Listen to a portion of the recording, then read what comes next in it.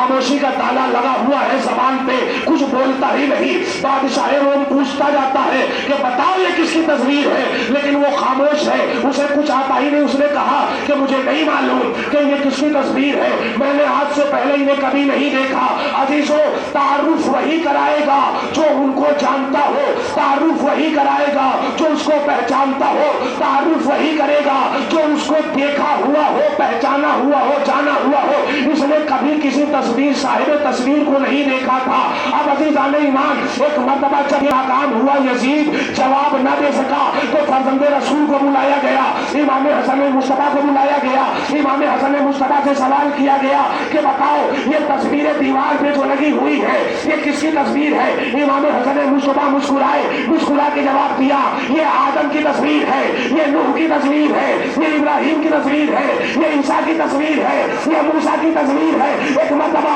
امام حسن مصطفیٰ کہنے لگے ارے میں نے صرف نام بتائے ہیں، اگر تو کہے تو میں انہیں اشارہ کروں، یہ تصویروں میں سے نکل کے ابھی مجھے سلامی بھی کریں گے اور بتائیں گے بھی کہ میرے بابا نے ان کی کیسے مدد کی۔ بھائی سلامت رہے، سلامت رہے۔ بس جیسے ہی امام حسن کے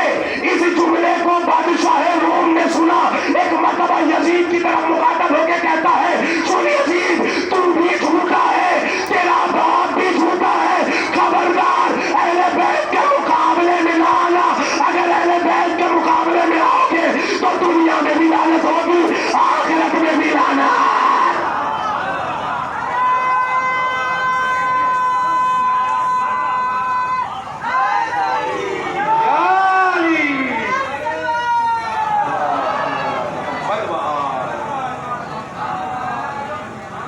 یہ امام حسن مصطفیٰ ہے کہ جو غیب کی باتیں بتا رہے ہیں، یعنی یہ اس حجاب نور میں رہ کے جب آدم کی مٹی کا خمیر گوندا جا رہا تھا تو دیکھ رہے تھے کہ آدم کس طرح سے وجود میں آئے، آدم کی خلقت کس طرح سے ہوئی۔ یہ ائمہ طاہرین کہ جن کے حق کو غصب کیا گیا، یہ اہل بیت اطہار کہ جن کے حق کو غصب کیا گیا،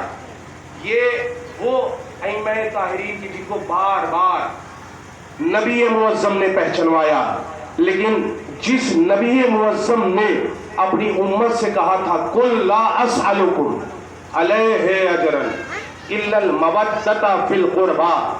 اپنی امت سے اجر رسالت کے طور پہ اپنے اہل بیت کی مودت اور محبت مانگی تھی جس امت سے، اسی امت نے ابھی نبی کی شہادت ہوئی ہے، ابھی نبی دنیا سے گزرے ہیں، نبی کے گزرے ہوئے 3 دن نہیں ہوئے تھے کہ یہ امت آگ اور لکڑیاں لے کے برے فاطمہ پہ آ گئی۔ اللہ اکبر۔ عزیزو، یہ وہی ایام ہے کہ جس میں بی بی فاطمہ اپنا پہلو شکستہ لیے ہوئے گریہ کر رہی ہے، یہ وہی ایام ہے کہ جس میں بی بی فاطمہ کے پہلو میں محسن کی شہادت ہوئی ہے۔ عزیزان ایمان، یہ وہی ایام ہے کہ جس میں امام حسن مصطفیٰ نے اپنی آنکھوں سے ظلم و ستم ہوتے ہوئے دیکھا ہے۔ ہاں عزیزان ایمان، رسول کے جو حج کے موقع پر اعلان ولایت کر رہے تھے تو اعلان ولایت کے موقع پر 1.25 لاکھ حاجیوں کا مجمع تھا، لیکن زمانے میں کتنا انقلاب آ گیا، زمانہ کتنا گردش کر گیا کہ ابھی کتنا دن گزرا ہے، مہینے گزرے ہیں نا۔ ابھی کچھ مہینے پہلے نبی معظم کے آخری اجتماع میں، آخری محفل میں، آخری خطبے میں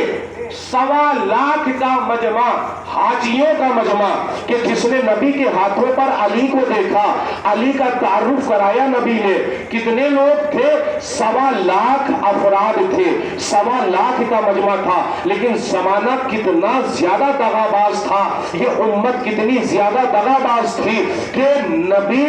کا آخری وقت ہے، نبی دنیا سے رخصت ہو گئے ہیں، نبی کے جنازے کو چھوڑ کے امت سقیفہ بنی سائدہ میں چلی گئی۔ ارے جس نبی کے خطبے میں، آخری خطبے میں 1.25 لاکھ کا مجمع تھا، اسی نبی معظم کے جنازے میں جو سردار انبیاء ہے، جو سردار انبیاء، نبیوں کا سردار، جو سب سے افضل، جس کے صدقے میں کائنات کو وجود ملا، ارے اس کے جنازے میں تاریخ نے بتایا کہ کل 13 افراد موجود تھے جنازے میں۔ نبی کے جنازے میں 13 افراد، تعداد تو اس سے بھی کم ملتی ہے، 4 بتائی گئی ہے کہ نبی کے جنازے میں صرف 4 افراد تھے،